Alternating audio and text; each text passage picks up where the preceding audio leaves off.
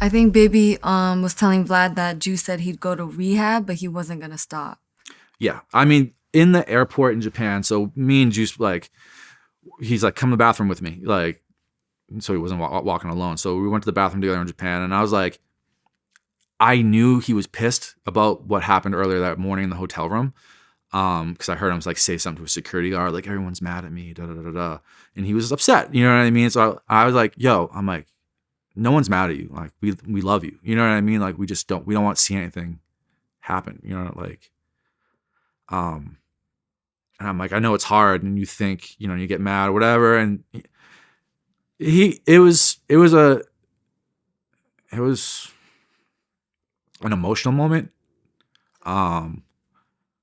You know, I told him too. I'm like, bro, like, there is one point I'm like, I will do as many pills as you do every day for a fucking month. If you go to rehab, I'll go to rehab with you. Like, I'm like, if that's what it takes. You know what I mean? Like, and then like, we were walking in the bathroom and we had that little talk. And I'm like, we love you. We just, you know what I mean? And he's like, I don't want to stop. I go, you don't want to stop. You're out of control. You know what I mean? So even if you want to do this, I'm like, you're at a level where you can't just get by anymore. just do it casually. You know what I mean? Like, you're not a casual drug user right now. Like, you're too addicted to this. You know, and it's not like you go out like every once in a while and like get a little fucked up. It's like you're every single day have to take a lot to get and maintain.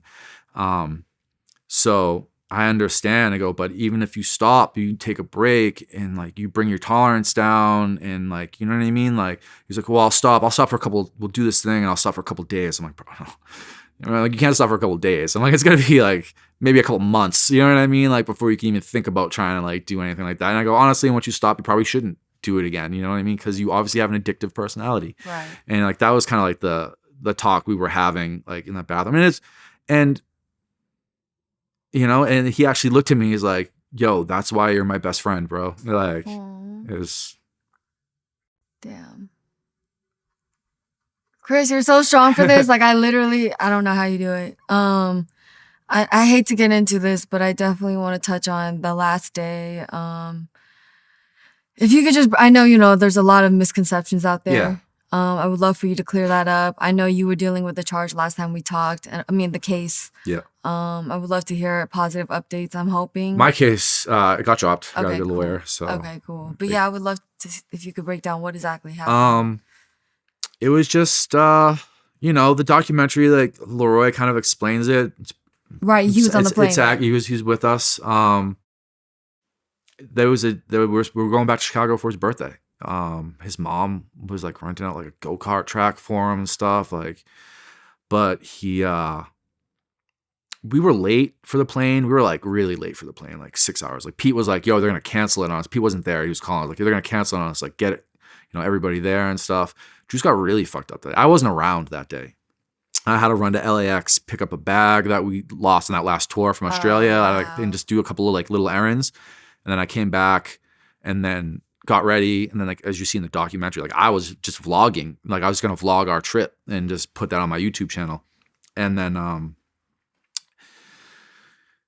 he was home basically, you know, with a couple of other guys, but he got really, really fucked up. There was, you know, I think there was kind of some other stuff going on, argument wise within the group, within other people, you know what I mean? And I think that was starting to really stress Juice out. And Juice was very non-confrontational, you know what I mean? So when he saw other people kind of like arguing and getting mad and shit like that, like he didn't cope well with that kind of thing. What was it about? I don't know. But I don't think I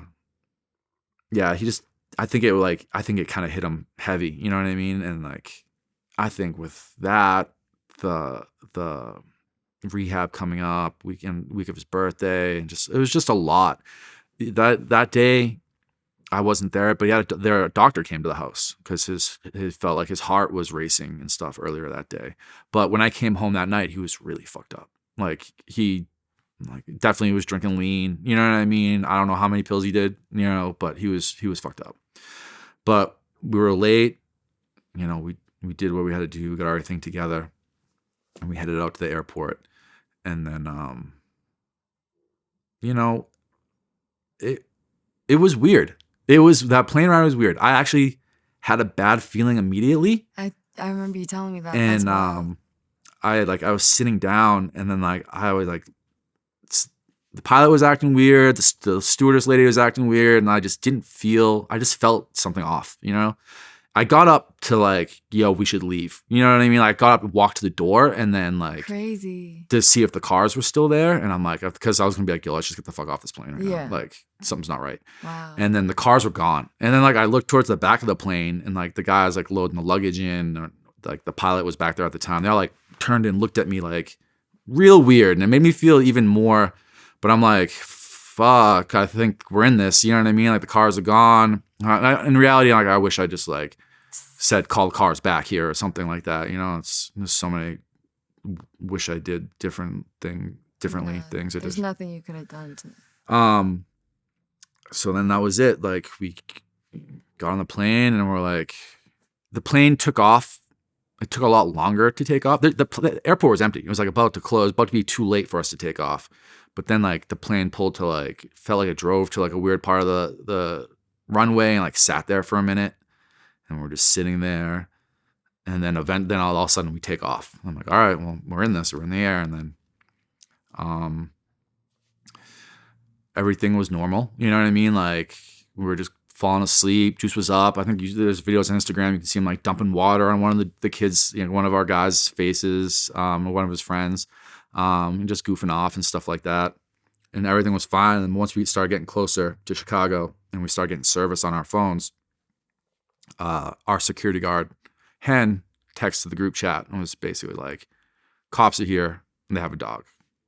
And then Damn. I got up, handled what I had to handle, and then sat down and just was like mentally preparing myself, because I'm like, I knew what was about to happen to me, you know? So at what point did you make the decision to want to take the drugs for Juice?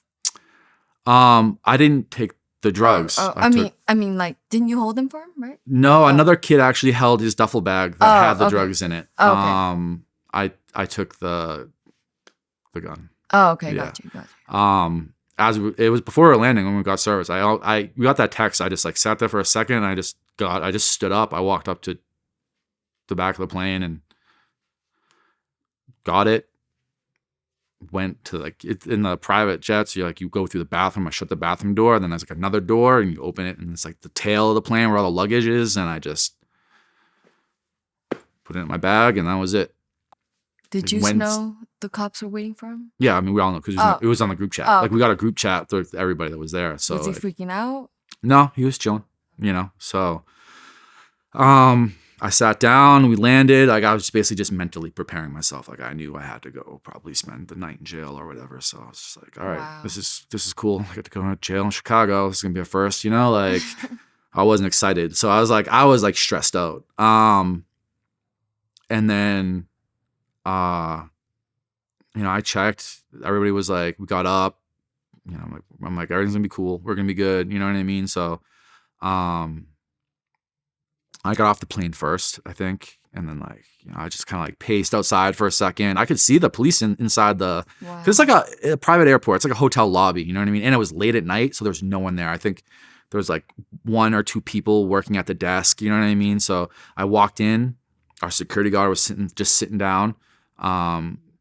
There's like a couple cops there. They're like putting on their vests still. I walked like right by them, and I walked into the bathroom, and I was like instantly thinking to myself, like, damn, if I took that, I could probably like came in here and thrown it in the trash or something like that, like, and not be in my bag. But I was like, whatever, it is what it is. Right. And then I went back and kind of sat there, and I just waited, and then they all start getting off the plane and coming in.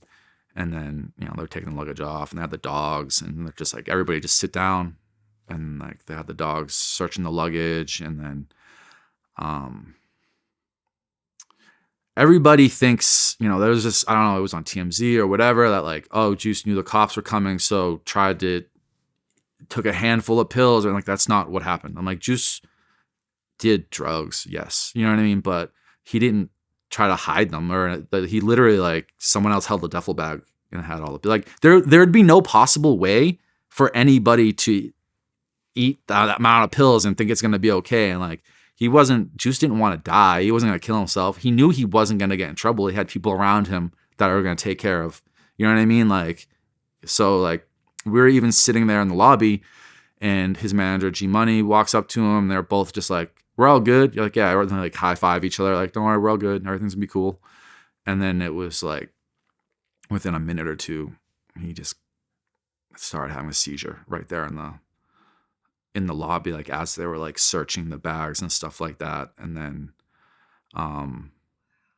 that's when like all the chaos broke loose. He made this weird noise. It was like something I've never heard. And I was like, what the fuck is that? Like, I didn't know, you know what I mean? Like a weird groaning noise or whatever. And then all of a sudden I look and he was just on the ground. And then Allie was freaking out. Everybody was freaking out. Everybody was kind of like up in arms. And then the cops kind of just grabbed us all and just handcuffed us all together, arm to arm. Everybody but Allie. Allie like wouldn't let go of Juice. She like grabbed him and tried to put him on his side and stuff like that. Juice did have like some pills fall out of his pocket because, like I said, like he would just keep a couple in. So he had and there was like, it seemed like all the cops there just didn't give a shit. Like they sat there very nonchalantly, and like Allie's screaming to call 911. There was one female, I don't know if she was a cop. She seemed like she was in plain clothes, but I don't know what she was. But she was like rushing around.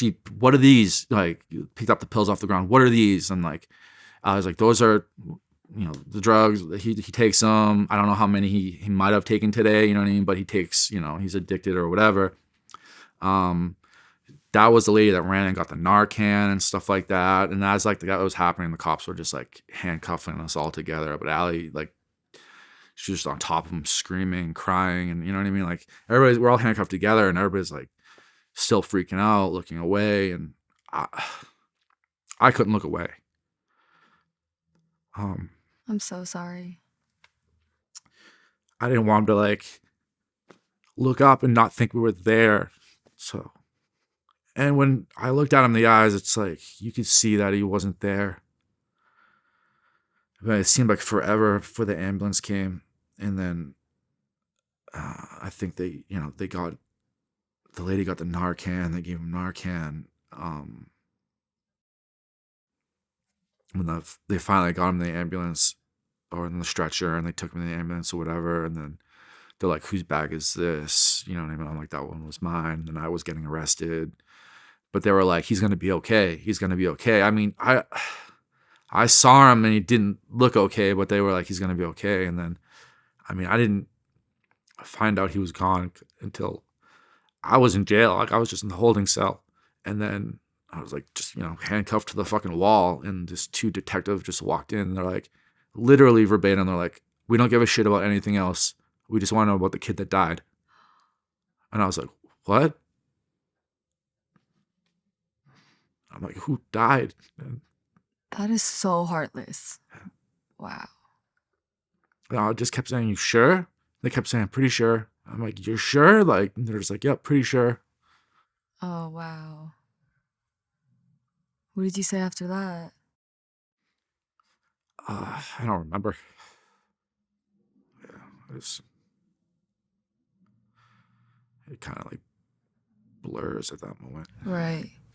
And then obviously the media, I'm sure, doesn't help when you're out and everyone's blowing your phone up. Well, I mean, yeah, I still had to be in jail for another few hours. Okay. And then I just remember Hen, our security guard, going, Sam, out long, you all right? Because I think he just heard me like screaming in the fucking cell, because he was like in the cell next to me. And then they moved us like to another cell, and then he got bailed out first. I couldn't bail myself out because I wasn't from Chicago. I mean, at one point, I remember a cop saying to me, like, don't worry, this is just a gun charge. This is Chicago. You'll be out in a couple hours. You know what I mean? Like, there's no big deal here. And then Hen got out, and then Hen went and handled getting me out. And then I got bailed out, and then it was just like, it was now morning.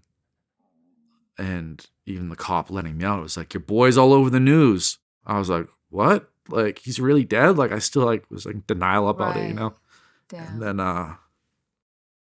I went, got my shit, and I just like walked out of the police station. It was like fucking freezing cold, snow on the ground. I had to like call an Uber, go back to the hotel where everybody was and shit like that. Like, it was hard. Damn.